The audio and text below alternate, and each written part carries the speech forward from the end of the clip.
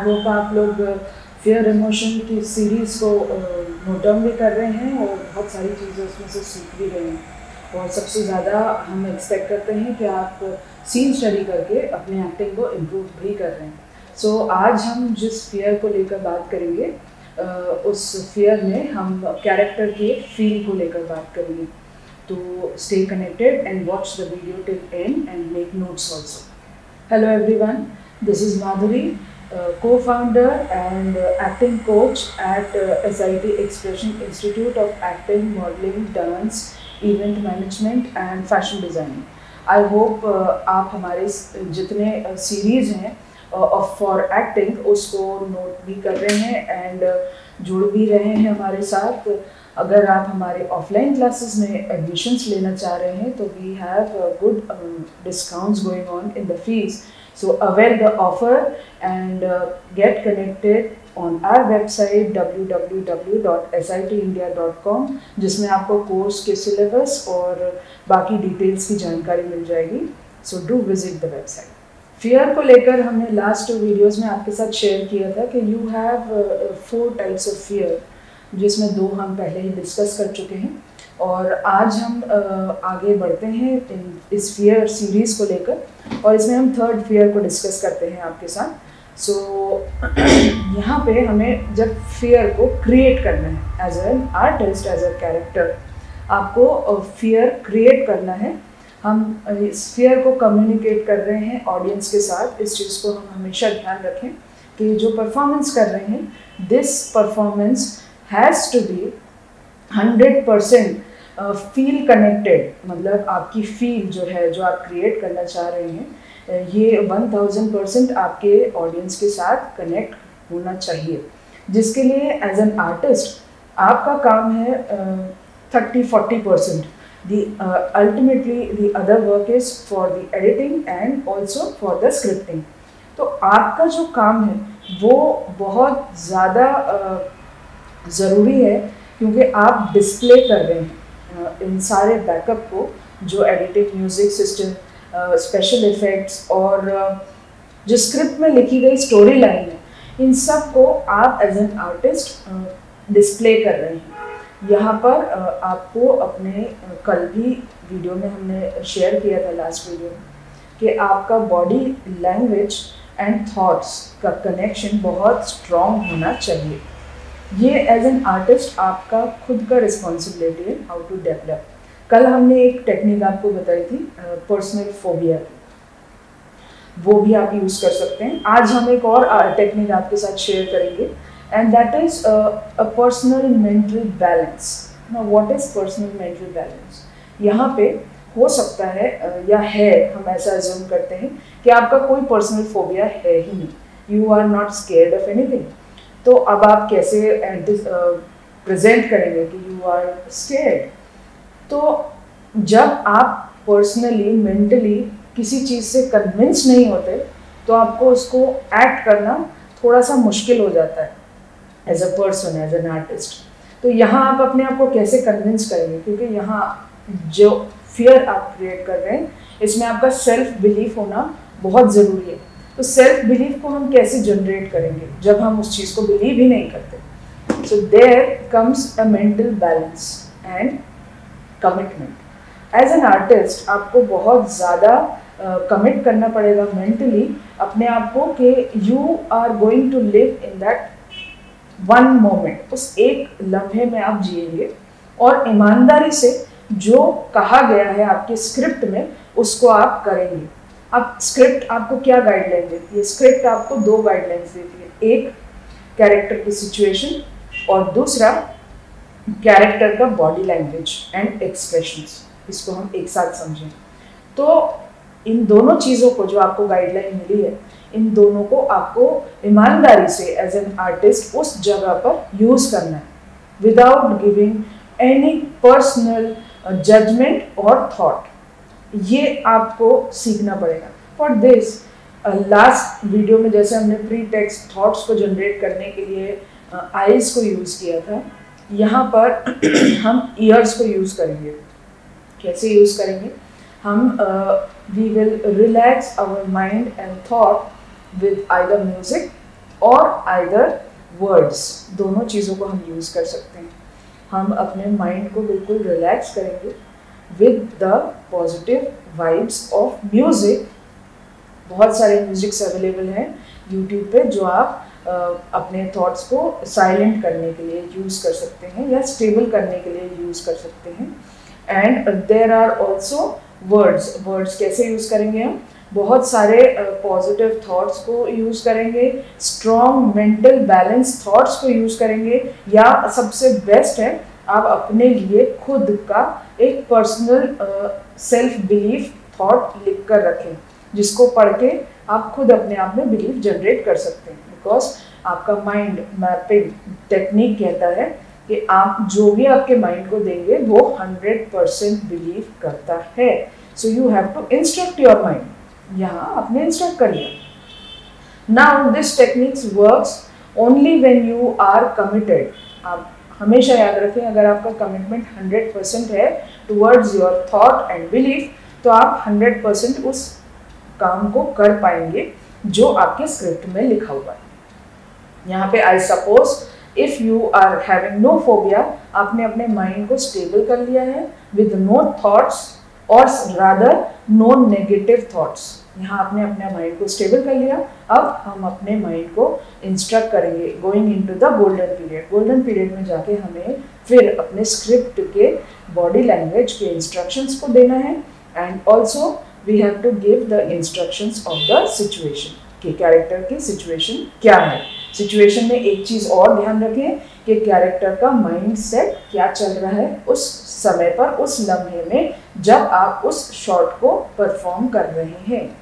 इसी बात को प्रॉपरली आप समझ पाएँ, जिसके लिए हमने SIT एक्सप्रेशन ऑफलाइन क्लासेस के स्टूडेंट का एक एक्ट परफॉर्म किया है। So watch the video.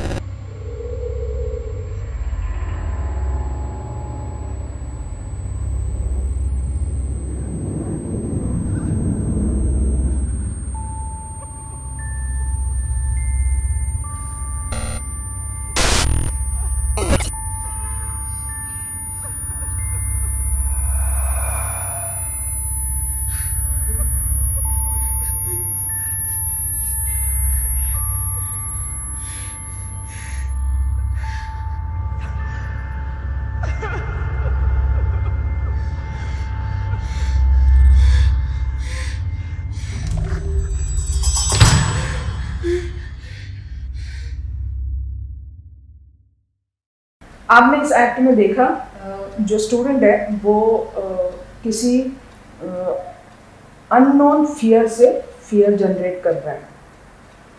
यहाँ पर आपको फियर जनरेट करने के लिए जैसे हमने बेसिक टेक्निक बताई है, शॉर्ट ब्रीदिंग, वो तो यूज़ करना ही है। You have to breathe very small breaths और अपने चेस्ट तक ब्रीथ करिए, थकिएगा नहीं। और ब्रीदिंग को जनरेट करने के बाद आपने अपने माइंड को प्रिपेयर कर ही लिया है, जहाँ अब आपको इंस्ट्रक्शंस दे चुके हो गोल्डन पीरियड में कि आपको करना क्या है। इस जगह पर आपको जैसे ही आपका बॉडी लैंग्वेज यूज़ करना है, you should know the timing personally कि अब मेरी ब्रीदिंग प्रॉपर हो चुकी है, मेरा बॉडी लैंग्वेज बिल्कुल करेक्ट आ चुका है। It takes around 3 to 4, 5, 10, 15 seconds at the most जब आप ब्रीदिंग जनरेट करके अपने बॉडी लैंग्वेज को कर चुके हैं। यहाँ अब आप अपने आप को मोनेटाइज करें कि भाई हम कैसे उस बॉडी लैंग्वेज को एग्जीक्यूट करेंगे।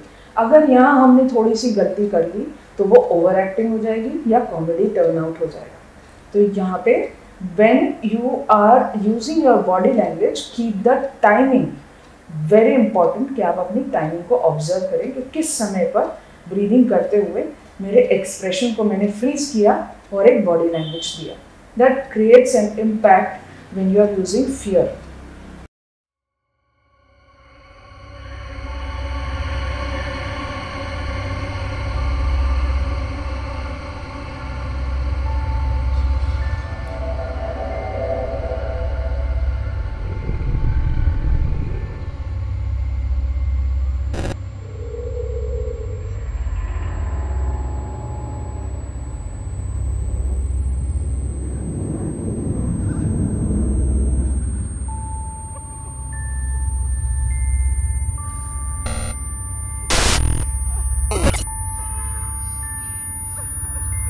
जैसे आपने इस वीडियो में देखा, उस स्टूडेंट ने ही started using his body language by creating short breath. अब जैसे ही वो विजुअलाइज हुआ, उसने अपने नेक बिलो बॉडी लैंग्वेज को यूज़ करना स्टार्ट कर दिया।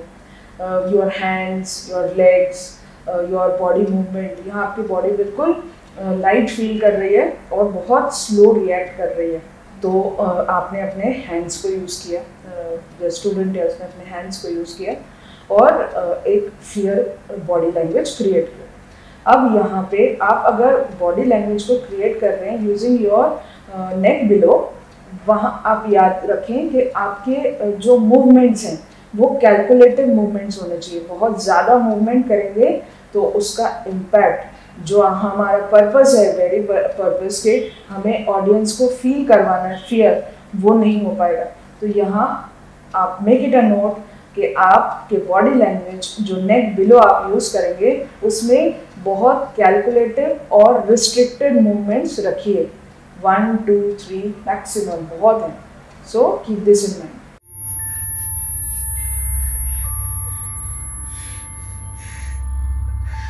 When we are executing fear emotion को जब हम परफॉर्म कर रहे हैं एज एन आर्टिस्ट, तो हमें माइंडसेट ऑफ द कैरेक्टर को बहुत ज़्यादा मायने देना चाहिए कि उस कैरेक्टर का क्या माइंडसेट चल रहा है, जिसको हमें यूज़ करना है टू क्रिएट फियर। कल हमने फील द फियर किया था, अब आज हमने क्रिएट द फियर किया है।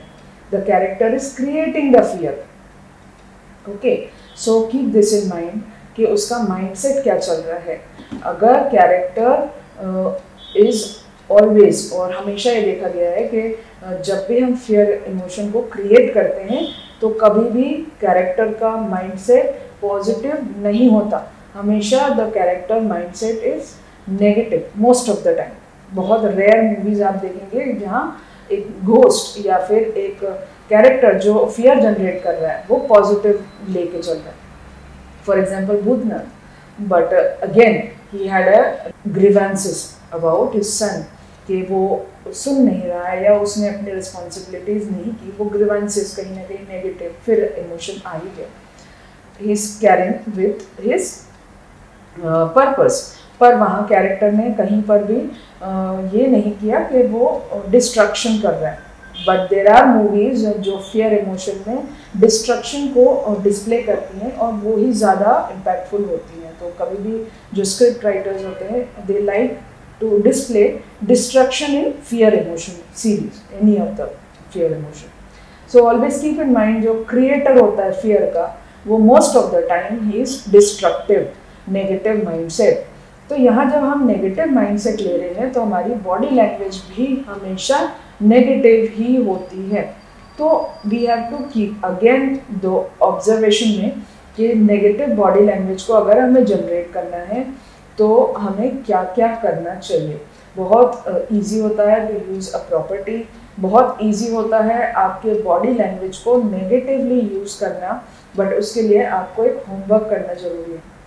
रेफरेंस सीन्स को लीजिए जो आप कैरेक्टर बनाना चाह रहे हैं। जब भी हम किसी क्रिएटर कैरेक्टर जो फियर जनरेट कर रहा है, ऐसे कैरेक्टर को जब हम क्रिएट करते हैं तो उसका एक हमें अलग से उसके माइंडसेट के साथ उसके बॉडी लैंग्वेज को प्रिपेयर कर लेना चाहिए, लिख लेना चाहिए, जिसमें हम बहुत सारे बॉडी लैंग्वेज ना यूज़ करके स्पेसिफिकली 3 या 4 बॉडी लैंग्वेज को बार बार रिपीट करें with different characters.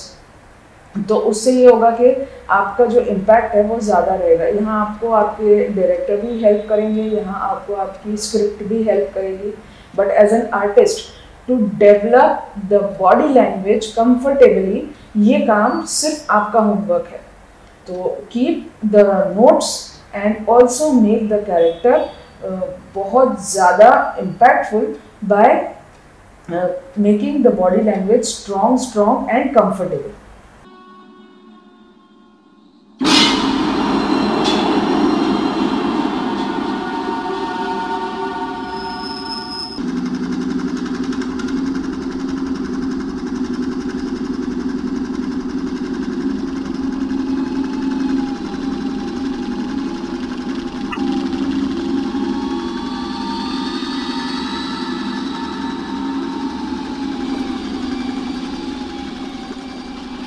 Next video में हम आपको characterisation of a negative fear emotion को लेकर बात करेंगे। सो जुड़े रहें कल हमारे साथ। हम नेक्स्ट वीडियो में आपके साथ बॉडी लैंग्वेज को लेकर नेगेटिव इफेक्ट कैसे क्रिएट करना है इसके बारे में आपको जानकारी देंगे।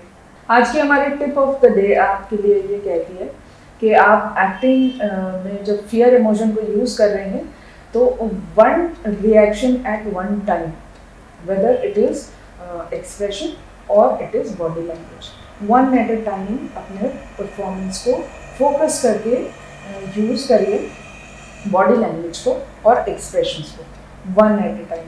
Do not use two things at a time, उससे आपका इम्पैक्ट जो फियर क्रिएट कर रहे हो वो कम हो जाता है। अगर आप एक आर्टिस्ट, परफॉर्मर और एक्टर हैं तो आप हमारे साथ आपके वीडियोस को शेयर कर सकते हैं।